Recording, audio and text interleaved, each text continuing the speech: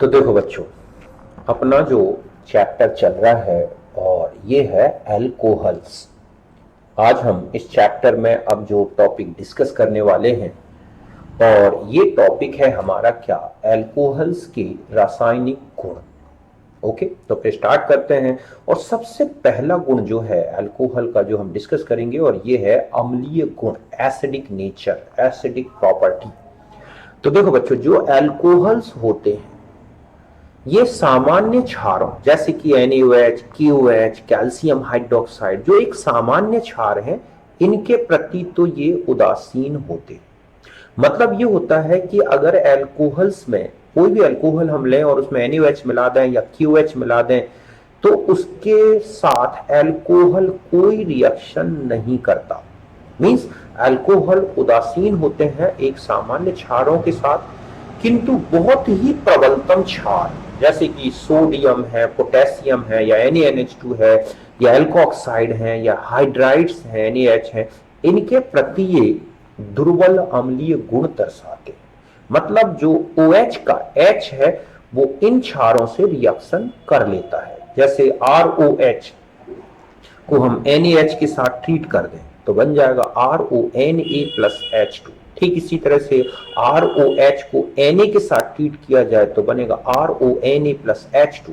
मतलब धातुएं अम्लों से क्रिया करके हाइड्रोजन लिबरेट करती हैं, तो अल्कोहल भी किससे रिएक्शन कर रहा है बच्चों, सोडियम से। और क्या, ठीक है, और क्या लिबरेट कर रहा है, हाइड्रोजन गैस। इसी कारण से अल्कोहल का जो प्यूरिफिकेशन है वाटर रिमूवल सोडियम से नहीं किया जा सकता, क्योंकि वहां पर सोडियम तुरंत इस तरह से हाइड्रोजन लिबरेट करने लगेगा। ठीक इसी तरह से अल्कोहल को टर्शरी ब्यूटा ऑक्साइड के साथ ट्रीट कर दिया जाए तो यहां पर लेकिन R1 डिग्री होना चाहिए, तब ये टर्शरी ब्यूटा ऑक्साइड से भी रिएक्शन करके और हाइड्रोजन इस तरह से लिबरेट कर सकते हैं। मतलब मोनो जो है 1 डिग्री अल्कोहल 3 डिग्री अल्कोक्साइड के साथ अम्लीय गुण दर्शा सकते हैं, लेकिन 3 डिग्री अल्कोहल 1 डिग्री अल्कोक्साइड के साथ अम्लीय गुण नहीं दर्शाएगा बच्चों। ठीक इसी तरह से ग्रिग्नार्ड रिएजेंट से रिएक्शन करा दें तो इस तरह से ग्रिग्नार्ड रिएजेंट का R- और इनका H+ मिलकर एल्केन बनाएगा। इस तरह से OH का हाइड्रोजन एक्टिव होता है। एल्कोक्साइड जल के साथ क्षारीय गुण दर्शाते हैं, अर्थात अल्कोहल जल से कम अम्लीय होते हैं। मतलब यह है कि एल्कोक्साइड को अगर हम जल में रखें तो एल्कोक्साइड जल से प्रोटॉन पकड़ लेंगे और अल्कोहल में चेंज हो जाएंगे, लेकिन अल्कोहल जल को प्रोटॉन नहीं देता। मींस अल्कोहल जल से कम अम्लीय है।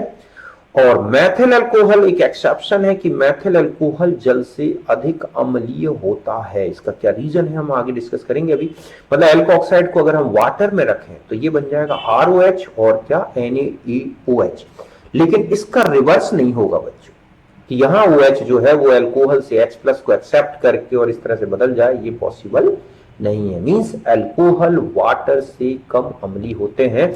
यहां हम इनके डिसोसिएशन कांस्टेंट से भी देख सकते हैं, वियोजन स्थिरांक से। यहां R केवल CH3 नहीं होना चाहिए, तब ऐसी रिएक्शन हो सकती है।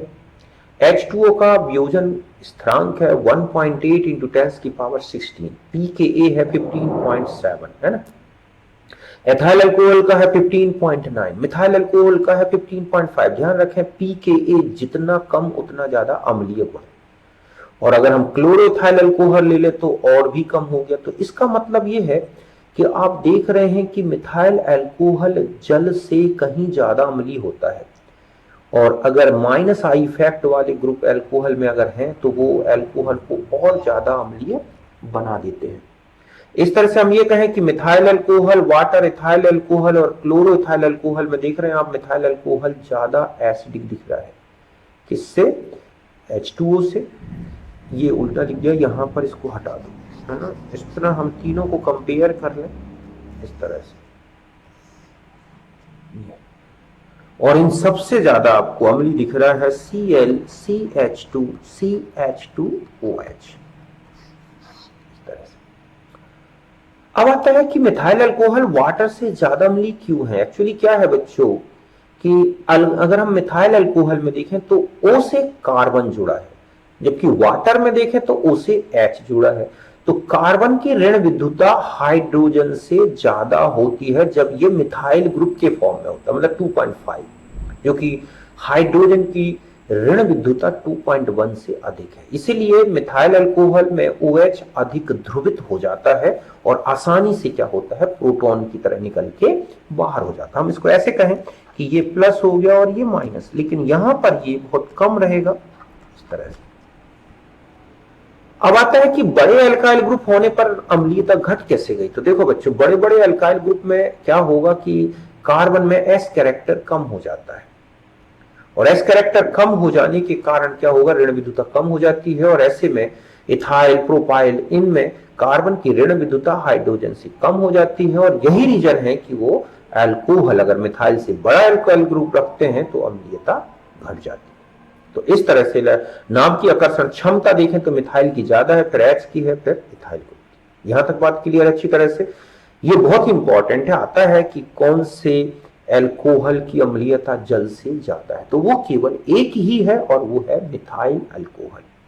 अल्कोहल की अम्लीयता समानुपाती है -I प्रभाव। आप जानते हैं -I प्रभाव मतलब ऋणात्मक पीड़निक प्रभाव, और इनवर्सली प्रोपोर्शनल व्युत्क्रमानुपाती है +I प्रभाव। मतलब ऐसा कोई भी समूह जो -I प्रभाव डाले वो अल्कोहल की अम्लीयता बढ़ा देगा, और +I प्रभाव डालेगा तो अम्लीयता को घटा देगा। और यही रीजन है कि 1 डिग्री अल्कोहल जो है वो 2 डिग्री से ज्यादा अम्लीय होंगे, 2 डिग्री 3 डिग्री से। क्यों? क्योंकि 3 डिग्री में ज्यादा +I वाले प्रभाव हो गए, समूह हो गए, इसलिए टर्सरी अल्कोहल की अम्लीयता कम हो जाती है। और भी अगर हम -I प्रभाव वाले समूहों की स्थिति देखें, अगर 3 क्लोराइड लगे हैं, 2 क्लोराइड लगे हैं, 1 क्लोराइड लगा, एक भी नहीं है, तो सबसे ज्यादा अम्लीयता किसकी है, जहां 3 क्लोराइड है, क्योंकि सबसे ज्यादा -I इफेक्ट आ जाएगा। एस्टरीकरण हो, एसिलीकरण हो आदि अल्कोहल के अम्लीय गुण को दर्शाते हैं। मतलब एस्टरीकरण क्रिया में अल्कोहल का H+ रिएक्शन करता है, एसिलीकरण में भी ये करता है। इसलिए हम ये कह सकते हैं कि एस्टरीकरण का वेग हो या एसिलीकरण का वेग हो, यह अल्कोहल की अम्लीयता की क्या होगा बच्चों, समानुपाती होगा। जितना ज्यादा H+ अम्लीय होगा उतना ही ज्यादा एस्टरीकरण होगा, उतना ही ज्यादा एसिलीकरण। इस तरह से अगर हम 1 डिग्री से 3 डिग्री अल्कोहल में एस्टरीकरण का वेग पूछे तो मिथाइल अल्कोहल सबसे ज्यादा एस्टरीकरण करेगा। एक तो एस्टरीकरण में बता दूं कि जो अल्कोहल है वो एक नाभिक स्नेही समूह होता है, और कार्बोनाइल कार्बन जो कि कार्बोक्सिलिक एसिड में कार्बोनाइल कार्बन है उसमें अटैक करता है, और एक SN2 सब्स्टिट्यूशन होता है। तो टर्सरी अल्कोहल ज्यादा ब्रांच्ड होता है, क्राउडी होता है, इसीलिए वो उतनी आसानी से अटैक नहीं कर पाता, जिसके कारण ही एस्टरीकरण का वेग टर्सरी अल्कोहल में सबसे कम दिखता है। अल्कोहल का जो अम्लीय गुण है वो किस कारण से है, तो इसका रीजन है OH के ध्रुवण के कारण। OH ध्रुवीय होता है, और ऐसे में हाइड्रोजन में पॉजिटिव चार्ज और ऑक्सीजन में नेगेटिव चार्ज आ जाता है, तो अम्लीय होता है। अतः एल्किल समूह के +I प्रभाव के कारण OH का आयनन कम हो जाता है, ध्रुवणता कम हो जाएगी। तो माइनस यहाँ +R इफेक्ट होने के कारण यहाँ पर OH ज्यादा ध्रुवीय नहीं होगा। इससे यही कारण है कि अल्कोहल में बड़े बड़े अल्काइल ग्रुप अम्लीयता को घटा देते हैं। तो यहां तक बात अच्छी तरह से क्लियर है। तो ये था अल्कोहल के एसिडिक नेचर के बारे में। ओके, फिर और आगे बढ़ते हैं बच्चों। फिर आता है निर्जलीकरण, डिहाइड्रेशन। देखो, निर्जलीकरण मतलब जल का निकल जाना। तो अल्कोहल और एल्कीन में एक ही डिफरेंस है, 1 मोल H2O का। मोनोहाइड्रिक अल्कोहल और एल्कीन की बात करें तो एक H2O एल्कीन में जोड़ दो आप तो अल्कोहल बन जाएगा, और अल्कोहल से 1 मोल H2O निकाल दो तो एल्कीन बन जाएगी। तो यहां पर हम अल्कोहल पढ़ रहे हैं और उसका निर्जलीकरण। तो जब अल्कोहल से क्या निकल जाता है बच्चों, जल का अणु, तो अल्कोहल किस में बदल जाता है, एल्कीन में। और ये रिएक्शन जो है किसी निर्जली कारक की उपस्थिति में होगी। अगर किसी अम्ल की उपस्थिति में हो रही है, प्रोटोनिक अम्ल, ठीक है, किसकी उपस्थिति में बच्चों, यहां पर मैं लिख दे रहा हूं कि होता है, और प्रोटोनिक अम्ल, प्रोटोनिक अम्ल की उपस्थिति में कार्बोकैटायन का निर्माण के साथ चलती है, कि जैसे H2SO4, HClO4, H3PO4 अगर हम इनका यूज करेंगे तो इनमें कार्बोकैटाइन बनेगा, और कार्बोकैटाइन बनता है तो जितना स्थायी कार्बोकैटाइन बनेगा निर्जलीकरण का वेग उतना ही ज्यादा होगा। यह बनी हुई एल्कीन जितनी ज्यादा स्टेबल होगी, ध्यान रखें, अल्कोहल उतने ही जल्दी एल्कीन बनाएगा, उतने ही जल्दी निर्जलीकरण करेगा। तो इस तरह से हम एक अल्कोहल लें जहां पर OH जुड़ा है वो है अल्फा कार्बन, जहां H जुड़ा है वो है बीटा कार्बन। तो जब निर्जली कारक की उपस्थिति में गर्म करते हैं तो एक H2O निकलता है और ये क्या बन जाती है, एल्कीन। अब यहां देखो, निर्जली कारक अगर प्रोटोनिक एसिड्स लिए गए हैं जैसे HClO4, H2SO4, H3PO4, तो यहां पर कार्बोकैटाइन बन के निर्जलीकरण होगा और इवन एक अणुक विलोपन होगा। लेकिन अगर हम इस तरह के POCl3, P2O5, Al2O3 इस तरह के निर्जली कारक का यूज करते हैं तो यहां पर कार्बोकैटाइन नहीं बनेगा, मींस E2 एलिमिनेशन चलेगा।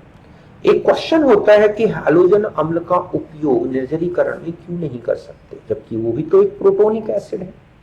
तो रीजन क्या है बच्चों कि हैलोजन अम्ल में जो हैलाइड आयन है इसकी नाभिक स्नेहता इसकी क्षारीयता से ज्यादा है।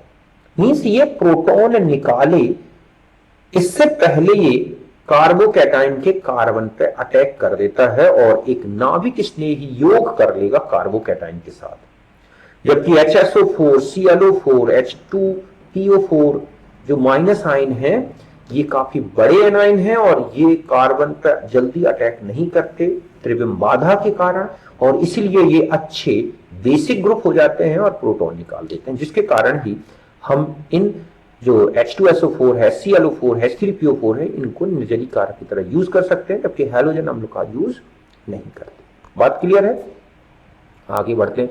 मैकेनिज्म की बात करें तो देखो, एलिमिनेशन रिएक्शन है और वो भी इवन है और कैटालाइटिक एलिमिनेशन हो रहा है। तो पहले प्रोटोनिक एसिड से निकला हुआ प्रोटॉन प्रोटोनेटेड अल्कोहल बनाता है, जिससे फिर क्या निकल जाता है बच्चों, H2O, और ये बनता है कार्बोकैटाइन।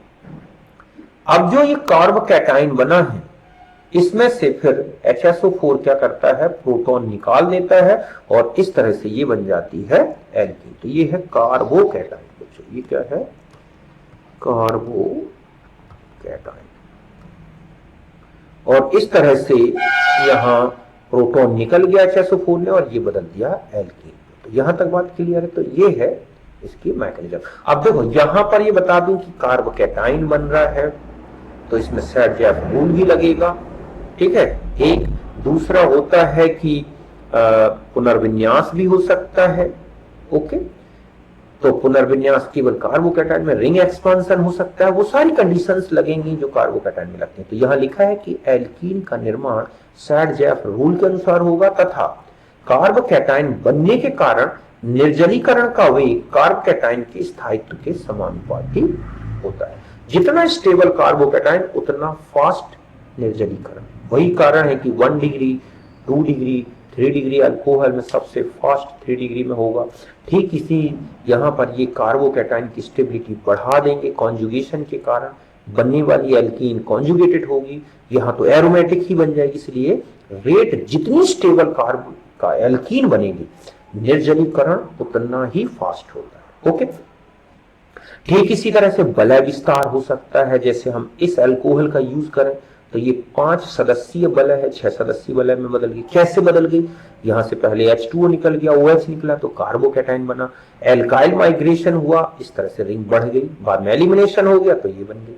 ऐसे अगर हम इस कंपाउंड की बात करें तो ये कंपाउंड H2SO4 में ट्रीट कर दिया जाए तो फाइनली ये किस में बदल जाएगा, बेंजीन में। रीजन क्या है बच्चों, देखो पहले OH निकलेगा कार्बोकैटाइन, ये एल्काइल माइग्रेशन हुआ, ये 4 कार्बन की रिंग हो गई, फिर एक H2O निकल जाएगा, यहाँ डबल बॉन्ड आ जाएगा, मतलब ये इस तरह से बदल जाएगा। यहां पर हो जाएगा CH2OH, यहां हो गया CH2OH और यहां क्या आ गया, डबल बॉन्ड। फिर अगली बार फिर एक और निकलेगा, अब 4 से 5 सदस्यीय रिंग होगी, फिर एलिमिनेशन होगा, फिर एक और बार रिंग एक्सपेंशन होगा और फाइनली ये कहां बदल जाएगा, बेंजीन। ठीक इसी तरह से यहां पर देखें तो सैड-जैफ प्रोडक्ट बन रहा है, ये ज्यादा स्टेबल होगा। यहां पर चले जाए तो टर्शरी कार्बोकैटाइन बनने के कारण OH पहले 18 वाला OH निकल जाएगा, है ना। यहां पर एल्काइल माइग्रेशन हो गया है, पुनर्विन्यास हो गया है। तो इस तरह से एल्कीन में हमने ही वैसे एल्कीन बनाने की मेथड में इनको बहुत अच्छे से डिस्कस किया है, वहां भी आप देख सकते हैं। एक और काम की चीज बता दूं, effect of temperature on ethyl alcohol. तो एथाइल अल्कोहल को अलग अलग टेम्परेचर में हीट किया जाए तो अलग अलग प्रोडक्ट्स बनते हैं बच्चों। पहले अगर 0 डिग्री में रखा जाए तो अल्कोहल केवल लुईस बेसिक कैरेक्टर शो कर रहा है, H2SO4 से प्रोटॉन पकड़ रहा है, और गर्म कर दें तो फिर HSO4 जो है OH हट जाएगा, OH2, और इस तरह से सब्स्टिट्यूशन हो गया।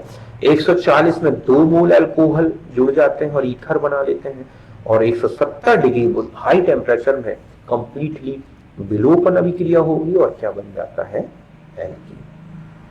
तो इस तरह से टेम्परेचर का इफेक्ट पड़ता है अल्कोहल के निर्जलीकरण में। फिर हम आते हैं डिहाइड्रोजिनेशन, मींस हाइड्रोजन का विलोपन। तो देखो बच्चों, इन रिएक्शंस में जो OH है उसका H और जिस कार्बन से OH जुड़ा है उसका H निकलेगा, मींस अल्फा H और OH का H निकलता है, और इस तरह से H2 रिमूवल हो रहा है, इसलिए हम इसको बोल रहे हैं डिहाइड्रोजिनेशन। कॉपर की प्रेजेंस में चलता है ये 300 डिग्री में। तो 1 डिग्री अल्कोहल लिए जाए तो एल्डिहाइड, 2 डिग्री अल्कोहल लिए जाए तो कीटोन, इनमें कार्बन चेंज नहीं होंगे। लेकिन 3 डिग्री लें तो यही कंडीशन है, कॉपर है, 300 डिग्री सेंटीग्रेड टेम्परेचर है, लेकिन यहां पर अल्फा हाइड्रोजन ना होने के कारण यहां पर डिहाइड्रोजनेशन ना होकर डिहाइड्रेशन हो जाता है, और क्या बन जाती है, एल्कीन। जैसे हम इसी में समझें, ये एक एग्जांपल है कि ये 1 डिग्री अल्कोहल ग्रुप है, ये 2 डिग्री है, ये 3 डिग्री है। आपने 300 डिग्री पर हीट कर दिया तो 1 डिग्री से एल्डिहाइड, 2 डिग्री से कीटोन, लेकिन 3 डिग्री से लिख रहे हैं आप, क्या बन गई, एल्कीन। समझ गए यहां तक, ये था। फिर नेक्स्ट रिएक्शन है फास्फोरस हैलाइड से क्रिया। वैसे मैं बता दूं, हेलो एल्कीन्स में मैंने अल्कोहल से एल्काइल हैलाइड बनाने की प्रोसेस में बताई है ये रिएक्शन, यहां दोबारा आ गई। तो कोई भी अल्कोहल ले लिया जाए, चाहे मोनोहाइड्रिक हो, डाइहाइड्रिक हो या पॉलीहाइड्रिक हो, अगर आपने उसको PX3 हैलोजन X मतलब कोई भी हैलोजन या PCl5 के साथ ट्रीट कर दिया तो OH हटके और उसकी जगह पर क्या आएगा बच्चों, हैलोजन ग्रुप आ जाता है। अगर हम PX3 के साथ लेंगे तो 3 मोल अल्कोहल 1 मोल PX3 से हैलाइड में बदल जाएगा, लेकिन हम PCl5 लेंगे तो 1 मोल PCl5 तो 1 मोल अल्कोहल लगेगा, इस तरह से।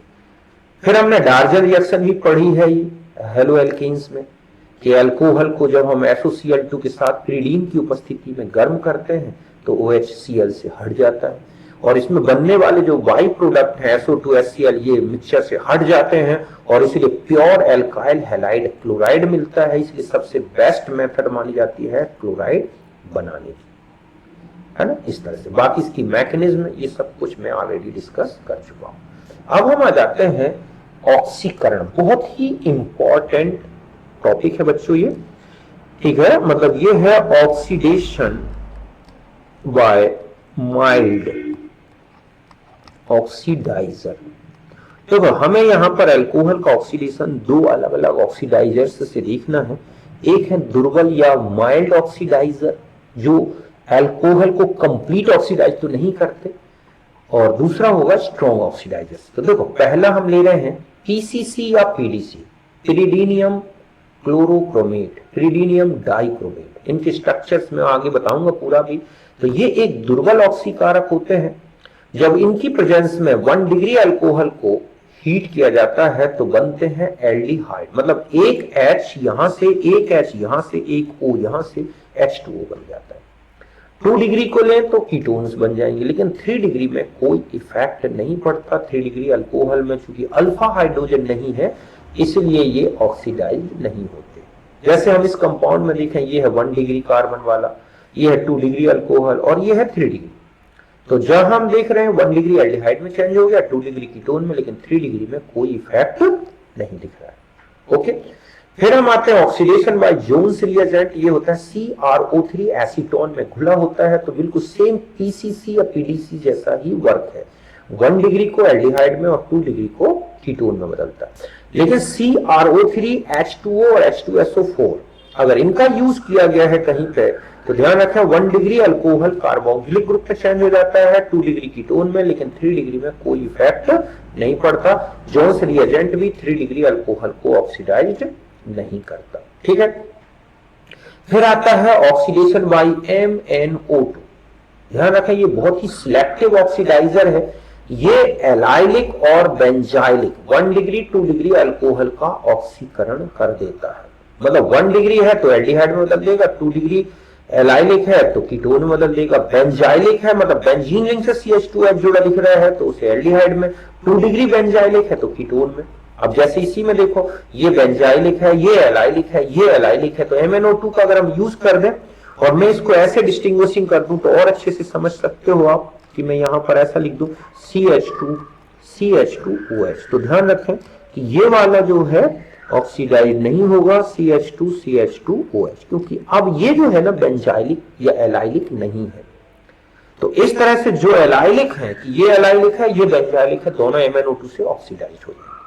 ओके, लेकिन अदर कोई ग्रुप है जो इस तरह बेंजाइलिक या एलाइलिक नहीं है तो वो ऑक्सीडाइज नहीं होता। एक होता है फील्ड रिएजेंट N2O4CHCl3, ये केवल बेंजाइलिक अल्कोहल को ही ऑक्सीडाइज करता है, एलाइलिक को नहीं। जैसे ये बेंजाइलिक है और ये एलाइलिक है तो एलाइलिक में ऑक्सीडेशन नहीं होगा, केवल बेंजाइलिक ग्रुप ही ऑक्सीडाइज होगा। ओके, फिर हम आते हैं पर आयोडिक ऑक्सीडेशन। काफी इंपॉर्टेंट है बच्चों पर आयोडिक ऑक्सीडेशन। ये फ्रक्टोज और ग्लूकोज में OH निकटवर्ती OH समूहों की संख्या के निर्धारण में किया जाता है। इसकी विशेषता है कि जब दो OH निकटवर्ती स्थिति में है और सिस पोजीशन में, मतलब एक ही डायरेक्शन में है, एक ही दिशा में है, तब वो इनको ऑक्सीकृत कर देता है। ठीक है, या CHO निकटवर्ती है तो ऑक्सीकृत कर देगा। और आपको ये पॉइंट्स ध्यान रखना है कि निकटवर्ती CHO या CHOH हो तो बदल देगा फॉर्मिक एसिड में, CH2OH है तो फॉर्मल्डिहाइड में, और CO है तो CO2। बात क्लियर है? जैसे ये है एथाइलिन ग्लाइकोल, दो निकटवर्ती OH है, एक ही डायरेक्शन में है, तो ये देखो CH2OH को बदल देगा तो 2 मोल फॉर्मल्डिहाइड और 1 मोल क्या बचा बच्चों H2O। ठीक इसी तरह से यहां देखो आप ग्लिसरॉल है, 2 मोल 1 डिग्री अल्कोहल है और 1 मोल 2 डिग्री है, तो 2 मोल फॉर्मल्डिहाइड और 1 मोल क्या बन जाएगा फॉर्मिक एसिड।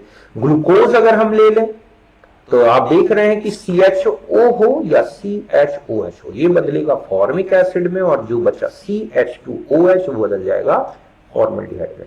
मींस ग्लूकोज के पर आयोडिक ऑक्सीडेशन से 5 मोल फॉर्मिक एसिड और 1 मोल फॉर्मल्डिहाइड बनेगा।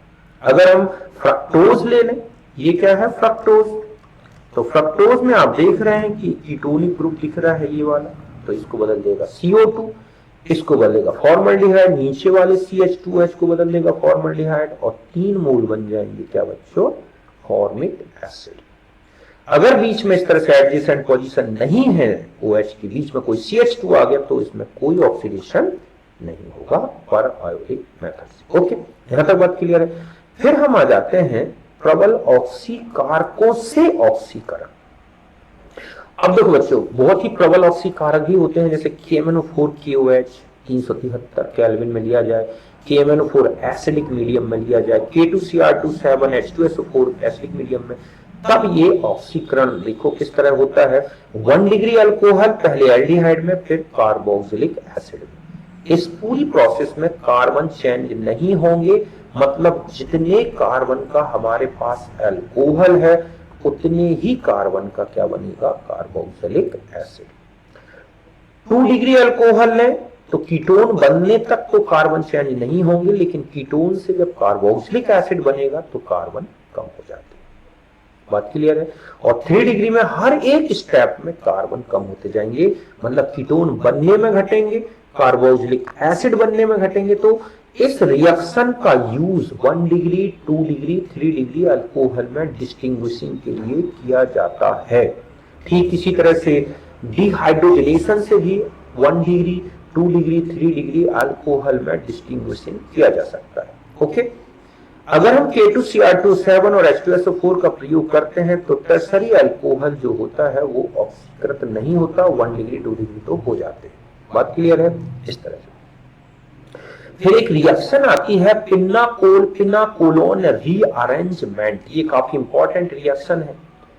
तो देखो बच्चों ये है पिनेकोल या इथाइलिन ग्लाइकोल का ही डेरिवेटिव है। जब इसे कंसंट्रेट H2SO4 के साथ हीट करते हैं तो ये जो कंपाउंड बना इसको बोलते हैं पिनाकोलोन। ये क्या है? पिनाकोलोन। और ये है क्या बच्चों? पिनाकोल। इस तरह से। तो पिनाकोलोन रीअरेंजमेंट कैसे होता है देखो, पहले H2SO4 आया तो इन दो OH में से किसी एक H को निकाल देता, OH को प्रोटोनेशन करके। अब आता है कि यहां से निकलेगा तो यहां से, तो देखो बच्चों कार्बोकैटायन के स्थायित्व पर निर्भर करता है। अगर चारों मिथाइल ग्रुप होते तो किसी में भी पॉजिटिव लगा सकते थे, लेकिन एक में फिनाइल है और एक में मिथाइल है, तो फिनाइल ग्रुप चूंकि कार्बोकैटायन को ज्यादा स्टेबल बनाता है और इसीलिए ये जो फिनाइल ग्रुप है ये क्या करेगा, यहां पर क्या आ जाएगा बच्चों? Positive charge. बाद में क्या होगा, अब यहां पॉजिटिव चार्ज आ गया और यहां क्या है? OH। ठीक है, तो अब यहां से जो कार्बोकैटायन बना है ये मिथाइल ग्रुप को यहां शिफ्ट कर लेगा और अब यहां पर ये बन गया क्या? कार्बोकैटायन। ये वाले कार्बोकैटायन से ये ध्यान रखें ये मोर स्टेबल है बच्चों, मतलब डायरेक्ट बनता तो लेस स्टेबल होता, लेकिन जब माइग्रेट होके इसमें आ गया तो ये कार्बोकैटायन ज्यादा स्टेबल हो गया बच्चों। क्यों हो गया? क्योंकि इसमें लोन पेयर है OH का जो कार्बोकैटायन को रेजोनेंस द्वारा ज्यादा स्टेबल बना सकता है ऑक्टेट कंप्लीट करके, जबकि फिनाइल ग्रुप केवल रेजोनेंस कर सकता है, कहीं ना कहीं कार्बन का ऑक्टेट इनकम्प्लीट रहता है। तो इसलिए यहां से जो एक मिथाइल ग्रुप है वो यहां माइग्रेट हो जाएगा और बाद में इसमें से एक प्रोटॉन निकल गया और ये बन गया हमारा क्या? पिनेकोलोन। तो अगर हम यहाँ फिनाइल ग्रुप लेके देख रहे थे तो इस तरह से दोनों फिनाइल ग्रुप आ गए, तो इस तरह से हमारा प्रोडक्ट बनता है। और भी कुछ रिएक्शन है पिनेकोलोन की, जैसे यहाँ दो OH है, अपने H2SO4 से तो टर्शरी बन गया, फिर H माइग्रेट हो गया, OH के कारण ये कार्बोकैटायन स्टेबल हो गया, बाद में इसमें से प्रोटॉन निकल गया और ये बन गया हमारा प्रोडक्ट। ठीक इसी तरह से यहाँ दो OH है, कोई एक OH निकाल दो, फिर इसमें चूंकि यहाँ कार्बोकैटायन बना है तो ये रिंग एक्सपांसन कर लेगा बच्चों। रिंग एक्सपांसन के कारण ये कार्बोकैटायन इस कार्बोकैटायन से ज्यादा स्टेबल हो गया, रिंग फैल गई और बाद में प्रोटॉन निकल जाएगा, तो इस तरह का प्रोडक्ट बन जाएगा। तो बात क्लियर है आप अच्छी तरह से। तो इस तरह से हमें जो है ध्यान रखना है कि प्रोडक्ट्स कैसे बनाने हैं और रिंग को कैसे एक्सपांसन कराना है। तो ये जो ग्रुप था वो इधर माइग्रेट हो गया। पिनाकोल डाइएजोटाइजेशन एक और रिएक्शन होती है, देखो यहाँ पर एनिलीन ग्रुप है, मतलब NH2 ग्रुप है, हम जानते हैं डाइएजोटाइजेशन हो जाएगा NeANO2 और HCl से और ये कार्बोकैटायन बन जाएगा, ये रिंग फैल जाएगी, इस कहीं कार्बोकैटायन से स्टेबल ये वाला कार्बोकैटायन हो गया, बाद में इसमें से H निकल जाएगा और ये प्रोडक्ट बन जाएगा। तो अगर रिंग के बाहर इस तरह से NH2 ग्रुप है तो इस तरह से रिंग एक्सपांसन हो सकता है। माइग्रेटरी एप्टीट्यूड, इसका मतलब कौन सा ग्रुप पहले माइग्रेट होता है, तो सबसे पहले H माइनस, फिर PH, फिर 3 डिग्री, फिर 2 डिग्री, फिर 1 डिग्री, फिर H। अगर 1 डिग्री में भी अगर देखें तो आइसोप्रोपाइल, ठीक है, और फिर प्राइमरी, फिर इथाइल, मिथाइल, इस तरह से कुछ ग्रुप का। जैसे यहां पर देखो ये CH2N2 है, यहां से N2 हट गया CH2। अब आते हैं इन तीनों में से कौन पहले माइग्रेट होगा, तो देखो सबसे बड़ा प्रोपाइल ग्रुप माइग्रेट हो जाएगा, मतलब इसमें से प्राइमरी, इथाइल, मिथाइल और आइसोप्रोपाइल में से प्रोपाइल पहले माइग्रेट होगा और प्रोपाइल वो भी आइसोप्रोपाइल अगर है तो इस तरह से, और बाद में फिर ये आगे प्रोडक्ट में चेंज हो गया। बात क्लियर है बच्चों इस तरह से। तो ये है, अगर H2O डाल दोगे तो अल्कोहल भी बन सकता है। फिर आती है हैलोफॉर्म रिएक्शन। देखो हैलोफॉर्म रिएक्शन हैलोफॉर्म बनाने में यूज होती है। ये रिएक्शन हैलो एल्केन में भी आती है, अल्कोहल में भी है और एल्डिहाइड कीटोन्स में भी पढ़ोगे आप। ऐसे अल्कोहल जिनमें इतना ग्रुप दिखता है CH3 CHOH, अब R चाहे H हो सकता है, R चाहे मिथाइल लगा दो या कोई बड़े से बड़े अल्काइल ग्रुप लगा दो। इस तरह का अल्कोहल 2 पोजीशन में OH डाई मतलब 2 एल्केनॉल अगर है तो वो हैलोफॉर्म रिएक्शन देगा। ये पहचान करने की है, क्षारीय माध्यम में हैलोजन से ऑक्सीकृत होकर ये क्या बना लेते हैं, हैलोफॉर्म। मींस ये जो मिथाइल ग्रुप है यही फाइनली CHX3 में बदल जाता है। देखो रिएक्शन होती कैसे, पहले हैलोजन और NaOH की रिएक्शन से बना NaOX और NaX प्लस H2O। ध्यान रखें यहां NaOX का काम, सोडियम हाइपोहैलाइड जो होता है, ये अल्कोहल को ऑक्सीडाइज करता है पहले, इस तरह से 2H निकाल के ये बदल दिया एल्डिहाइड में। और या हम यहाँ डायरेक्ट हैलोजन भी लिख सकते हैं, या चाहे तो इसको लेके भी रिएक्शन लिख सकते हैं, यहाँ 2NaOX लिख दो तो H निकाल दो, या हैलोजन लिख दें। फिर ये जो बना CH3CHO, इसमें 3 मोल्स ये लगते हैं NaOX, तो यहां से 3 H हटे और 3 हैलोजन आ गए। बाद में यही ट्राई हैलोएल्डिहाइड जो है NaOH से रिएक्शन करके क्लोरोफॉर्म बना लेता है, हेलोफॉर्म मतलब। अब हेलोफॉर्म में अगर हायोडीन रखा गया है तो देखो क्लोरोफॉर्म ब्रोमोफॉर्म कलरलेस है, लेकिन आयोडोफॉर्म येलो कलर का होता है और तुरंत बाहर प्रेसिपिटेट हो जाने के कारण पूरा पीलिया रंग आ जाता है पूरे विलियन में। तो अगर कोई अल्कोहल जिसमें CH3CHOH है और उसको आयोडोफॉर्म और NaOH के साथ ट्रीट करें और येलो कलर आ गया, तो इसका मतलब है कि वो 2 एल्केनॉल है। ये है हेलोफॉर्म रिएक्शन। फिर आता है अल्कोहल में विभेद करना बच्चों। अल्कोहल में विभेद करने की पहली विधि है ल्यूकास अभिकर्मक विधि, ल्यूकास रिएजेंट मेथड। सांद्र और ZnCl2 निर्जल का मिश्रण कहलाता है ल्यूकास अभिकर्मक। अपन ने ये रिएक्शन मालूम कहां पढ़ी है, हेलो एल्केन्स में, कि अगर 1 डिग्री अल्कोहल है और आपने ल्यूकास अभिकर्मक मिलाया तो कमरे के ताप पर कोई टर्बिडिटी, कोई प्रेसिपिटेट, कोई गंदलापन नहीं आएगा अल्कोहल में। जब हीट करोगे तब आएगा 1 डिग्री के साथ। अगर 2 डिग्री अल्कोहल है और उसमें ल्यूकास अभिकर्मक मिलाया है तो लगभग 5 मिनट पश्चात प्रेसिपिटेट आना शुरू हो जाएगा बिना हीटिंग के, तो वो 2 डिग्री है। और शीघ्रता से टर्बिडिटी आ जाए, गंदलापन आ जाए, तो वो अल्कोहल 3 डिग्री है। मतलब आपको 3 अलग अलग टेस्ट ट्यूब में अल्कोहल्स दे दिए जाए और अगर आपने उसमें ल्यूकास अभिकर्मक मिलाया और कोई प्रेसिपिटेट घंटों रहने के बाद भी नहीं आ रहा, तो आप समझ जाए वो 1 डिग्री है। कुछ मिनट के बाद आ जाए तो समझ लें 2 डिग्री, और डालते ही प्रेसिपिटेट आ जाए तो वो है क्या, 3 डिग्री। रीजन क्या है कि 1 डिग्री अल्कोहल आसानी से OH को नहीं हटाती, इसलिए रिएक्शन नॉर्मल टेम्परेचर पर नहीं होती। सेकेंडरी अल्कोहल थोड़ा स्टेबल कार्बोकेटाइन बनाते हैं 1 डिग्री के रिस्पेक्ट में, इसलिए थोड़ी देर में हो जाती है। और 3 डिग्री कार्बोकेटाइन बहुत जल्दी बनता है और OH हट के वहां Cl आ जाता है और इसलिए इमीडिएट टर्बिडिटी आ जाती है। तो ये इफेक्ट पड़ता है तीनों अल्कोहल में ल्यूकास रिएजेंट पर। फिर है विक्टर मेयर विधि बच्चों, ये भी प्रैक्टिकली यूज होती है। क्या करते हैं, अल्कोहल लिया, पहले मिलाया जाता है फास्फोरस और आयोडीन, फिर मिलाया जाता है AgNO2, फिर मिलाया जाता है नाइट्रस एसिड, चूंकि नाइट्रस एसिड स्टेबल नहीं है तो मिलाया जाता है NaNO2 और HCl, और फिर मिलाया जाता है NaOH। अगर लाल रंग आ गया तो 1 डिग्री अल्कोहल, नीला रंग आ गया तो 2 डिग्री, और कोई कलर नहीं रहा तो वो है 3 डिग्री।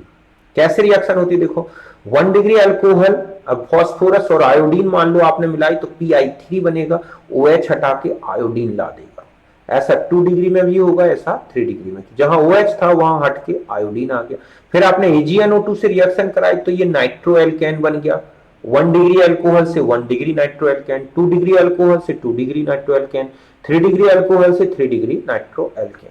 फिर मिलाया आपने नाइट्रस एसिड, NaNO2 और HCl, तो देखो 1 डिग्री में यहाँ 2H और नाइट्रस एसिड का O मिलके H2O निकालते हैं और ये जो कंपाउंड बना ये है नाइट्रोलिक एसिड। और जैसे आप NaOH डालोगे सोडियम नाइट्रोलेट बनेगा जो रेड कलर का होता है। यहां पर एक ही H है तो यहां से H2O निकला तो ये है स्यूडो नाइट्रोल बनता है जो NaOH के साथ एक ब्लू कलर का कॉम्प्लेक्स बनाता है।